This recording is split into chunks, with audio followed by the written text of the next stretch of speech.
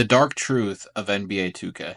One of the biggest talks around the 2K community recently has been the poor business practices of the company, especially regarding microtransactions. As we all know, my team has removed the auction house, making highly sought out cards only attainable through opening packs.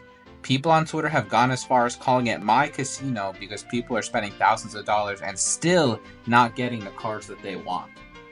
Bashplug recently uploaded a video titled The Downfall of 2K, where he went over the details as to why and how 2K is able to get away with stuff like this, and what it'll take from us as the consumer to force them into making a change. In the video, he talks to YouTubers to see what they think of 2K24 as a product and asks them where things went wrong if they think they did a bad job, which struck the inspiration for me to make this video. The first question I asked myself is, what makes a video game truly good? Is it less microtransactions, a good map, something to grind like a ranked or a rep system?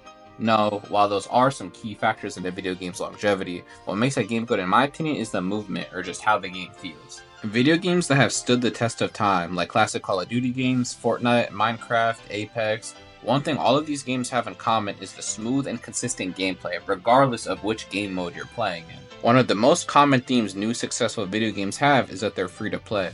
But how does this all translate to 2K? When you look at the most commonly loved games in NBA 2K's franchise like 2K16, 2K17, 2K19, the common denominator to me is the dribbling, or in simpler terms, the movement. Since 2K is a company that pushes out a new product yearly, they're faced with the impossible task of creating a fresh new basketball experience, which requires a new meta, new rewards, something to grind for, all the things that fans of the franchise say is currently lacking in NBA 2K24. NBA 2K's parent company, Take-Two, is the same company that pushes out the GTA games. The same franchise that has been updating and pushing out content for GTA 5, a game that came out in 2013. So why don't they just do the same for 2K? Just put out a good game with all of our favorite parts of 2K, like 2K16 or 17's dribbling, 2K20's defense and shooting, and just update it and add content to it over time. Well, the answer for that simply is money. The dark truth about NBA 2K is that the people who make these games aren't the same people making meaningful decisions. No matter who gets their hands on developing these games, the goal will never to be how good of a game can we make, but how can we maximize our pockets. There's thousands of people who buy 2K every year for the simple fact that it's a new release with an updated roster. The niche of competitive players like myself and content creators is so small compared to the vast majority of consumers that until 2K has some real competition, like if, I don't know, NBA Live were to come back, there's no reason for them to stop doing what they're doing.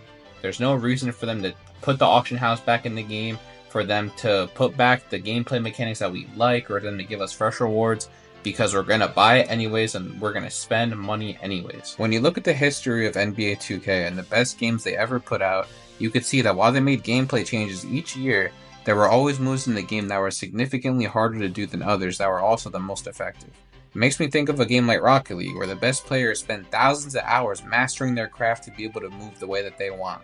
The best cards in 2K are forced to be what many people call left-right speed boosters, hiding behind screens when years ago, many of these same people had variety in the way that they dribbled and played, as well as their builds. Somehow, despite the builder being much more creative and adding more animations, you see all the best players running the same things, especially since the next-gen 2Ks have come out. I'm not only speaking for myself when I say these things. I want to make it clear that I played 2K as a park player, a competitive pro-am and stage player, and as a content creator.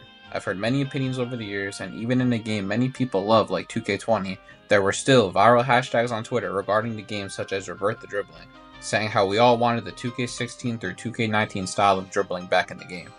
At the end of the day, I believe 2K knows exactly what it was that made their past games so loved, but it simply would not benefit them financially to implement these changes. If we felt what 2K19 dribbling was like again for an entire year in 2K25, there's no way we would want to go back to whatever it is they give us the following year when they're forced to put out another yearly release for 2K26 and make changes. 2K will never be free to play either, so we won't ever see our favorite gameplay mechanics come to fruition, but personally, I wouldn't even mind spending their crazy microtransactions if I genuinely had fun on the game, or if some of the stuff I bought would translate over to the next game. Mind you, we spend money every year for what we purchase to be useless the next year. We grind for whatever these rewards are that we may or may not like.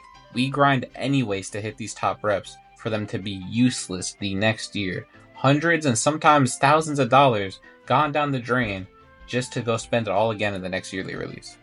Our only hope as NBA 2K fans is that either another game comes along and gives us what we want, or at least is able to rival 2K, or somehow, some way, 2K begins to lose so much money that it makes sense for them to start to favor its core player base. At the end of the day, the dark truth about 2K is that they know exactly what we want, they just don't want to give it to us.